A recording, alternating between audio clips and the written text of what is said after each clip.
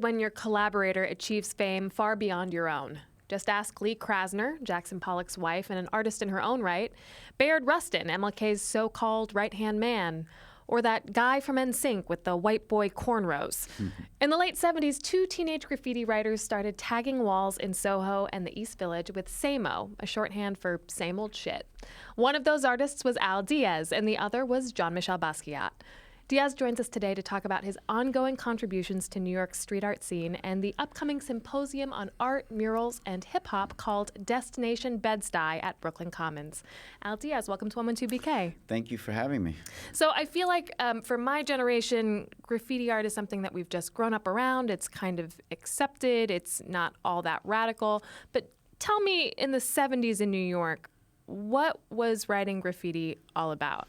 Well, I come from the first generation of graffiti artists, and I started at a very young age. And the reason that I was attracted to graffiti was because I thought that the guys who were doing it, who I was introduced to up in Washington Heights, were very cool. They had a certain edge. It was a kind of a secret organization, and I was attracted to that. What were they like? Why did you think they were cool? They just had a certain flair, a certain edge, a certain way of dressing, a certain, way of talking. It just... a very cool Latin from Manhattan kind of style. And I came from the Lower East Side, and it was a little more ghetto there. And it just seemed a little more refined, and I was attracted to that, and I wanted to do that. And it was an odd thing to be writing your name and a nickname and a number. It was something I had never seen before, and I was totally fascinated by that. And I wanted to be like those guys. And that was purely why I was attracted to it. And did you have a name? I came to graffiti with a nickname that a friend of mine had given to me because I had a tendency to kind of blow up and panic sometimes, like during whatever games and stuff. And he called me Bomb. So I just added the 1 to it, and it was Bomb 1. So I was ready for graffiti with him. I came equipped with a nickname. You had a good name, which is the first indicator of success, perhaps. Right, and it stuck. So I immersed myself in graffiti. I was kind of one of the 4 guys maybe who imported graffiti from various parts of town to the Lower East Side. I was one of the first 4. As a result, very visible in the Lower East Side during the early 70s. And I just continued, and probably by 1975, I was pretty well known around town. In late 76, I transferred from High School of Art and Design to City as a School, which is where I met Jean Michel, who, by the way, was never a participant of graffiti culture. He was not a graffiti. We had a rank and file system. You were a participant, or you weren't. It's like we had a way of talking, a way of dressing. He wasn't part of that experience, but because I thought he was a really smart guy, and I liked him, and I wanted to be his friend. And eventually, we would come up with this SAMO thing, which started out as a use of the expression "same old," which is short for same old shit, same old thing. But by the time it became a graffiti concept, it definitely didn't mean that any longer.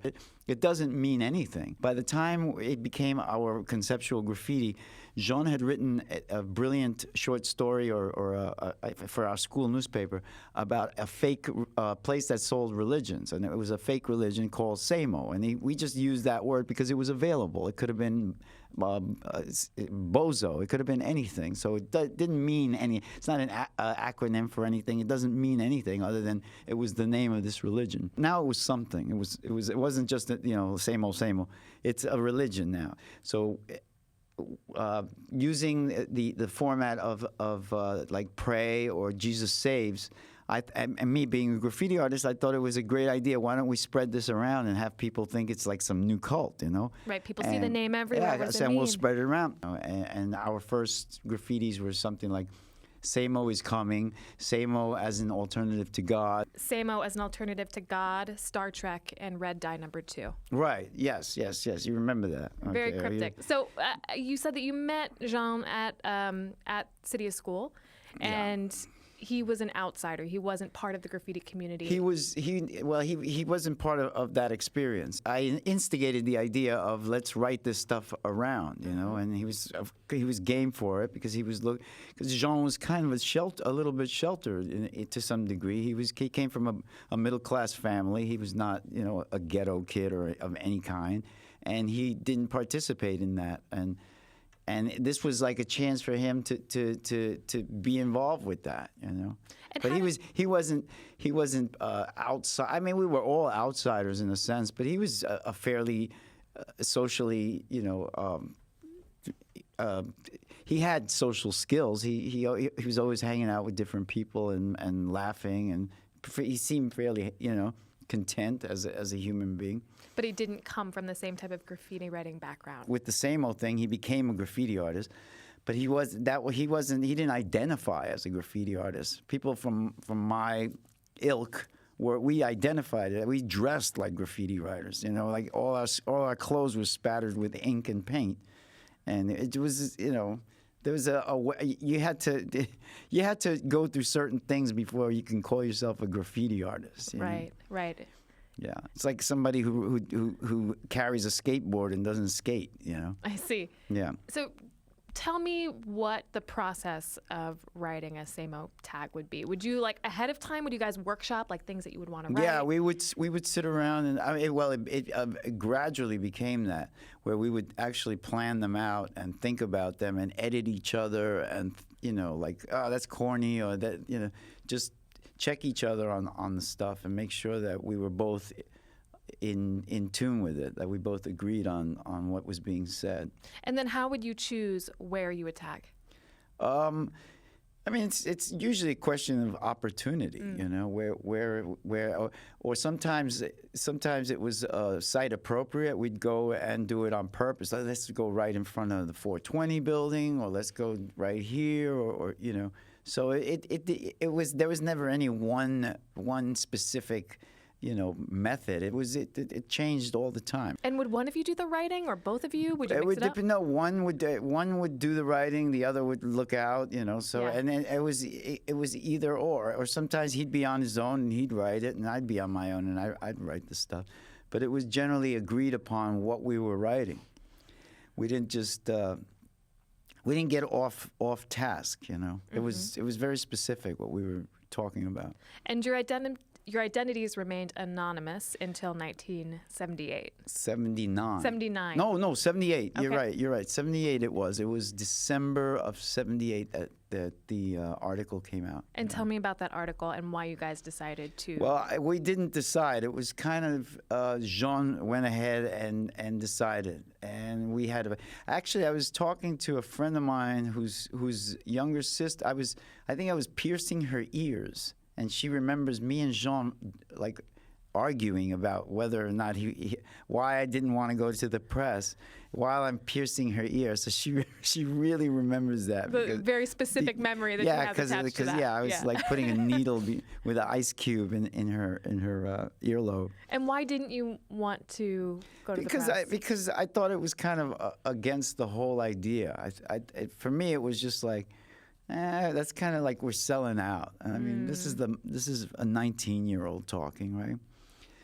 But Jean was very career-oriented and he was looking for that attention. And he, you know, in that respect, we had two different, very, very different philosophies about the things. So, I mean, it's like this.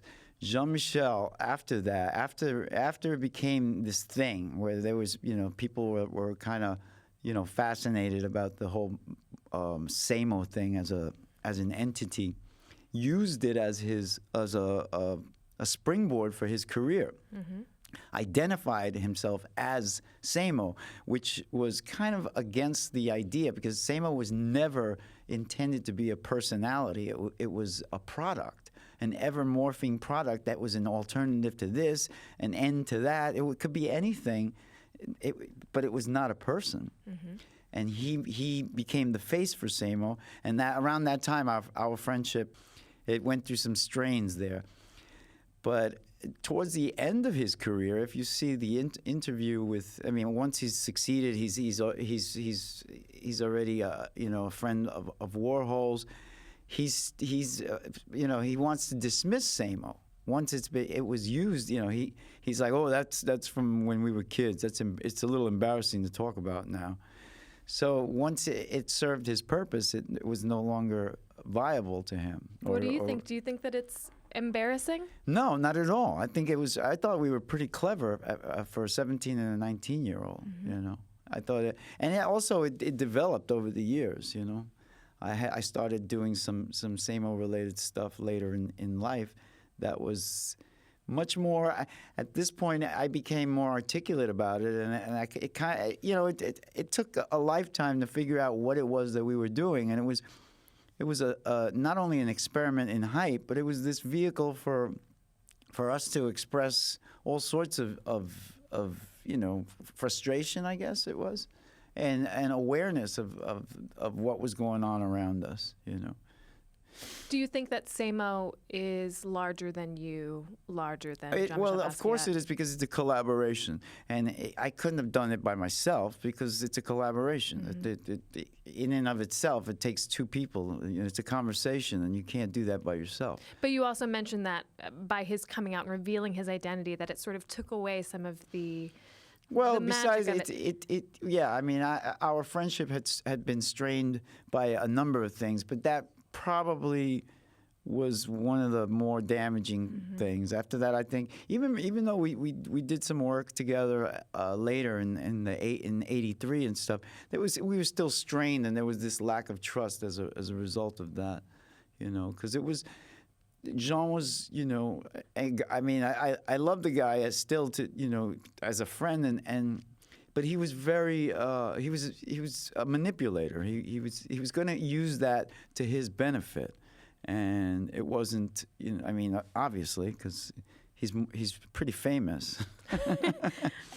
But at first it was definitely this kind of like, I'm SAMO, right, like look at me kind of thing. And why did you not, when he started coming out and saying I'm SAMO, did you feel the need to correct the record? I didn't, because I wanted to be cool, because I'm like, you know what, I'm too big for that, because basically that's what it was. Because I was like, I'm not going to do that. I'm not going to chase it down. If you really need it that bad, take it. That's how. That was definitely my the way I saw it. So at one point, Jean wrote "SAMO is dead" to try and draw. Yeah, he's the only one that ever wrote that. Right. I never wrote that. And you resurrected SAMO in 2016? Yes, I did. Is that right? Can you talk to me a little bit about why you did that? Well, I did that because it occurred to me that we were still, with all technology and with all the access to information, we were even more, as a generation, or as a nation, we're just completely it's like we had backslid, I would hear things like, and it's like it's the typical 10-second soundbite, source of type of education that this world seems to be running on. It's like you hear the word Jean Michel Basquiat and then the word SAMO, and I need to ask, so what's your favorite SAMO? So you're putting these two together, but what does that mean? Oh, Jean Michel Basquiat, SAMO. That's a vapid statement. That doesn't say anything. First of all, you're leaving out half the other author, which is myself. And you don't. People didn't seem to know what that SAMO was. It was just this what you think he just wrote SAMO as a tag. So I felt it was time for me to take ownership of it again, and to give actual examples of what SAMO was. Tell me a little bit about your involvement with Destination Bed-Stuy. You're going to be on a panel?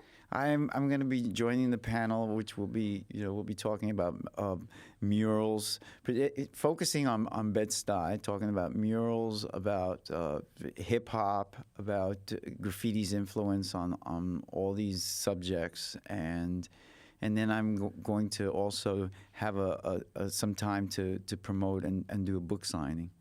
And that's going to be on the 23rd at BRIC Commons. Saturday the 23rd, 7 Marcus Garvey Boulevard, BRIC Commons, and it's from 12 to 4. Great. Thank you so much for joining us today. Thank you, MacKenzie.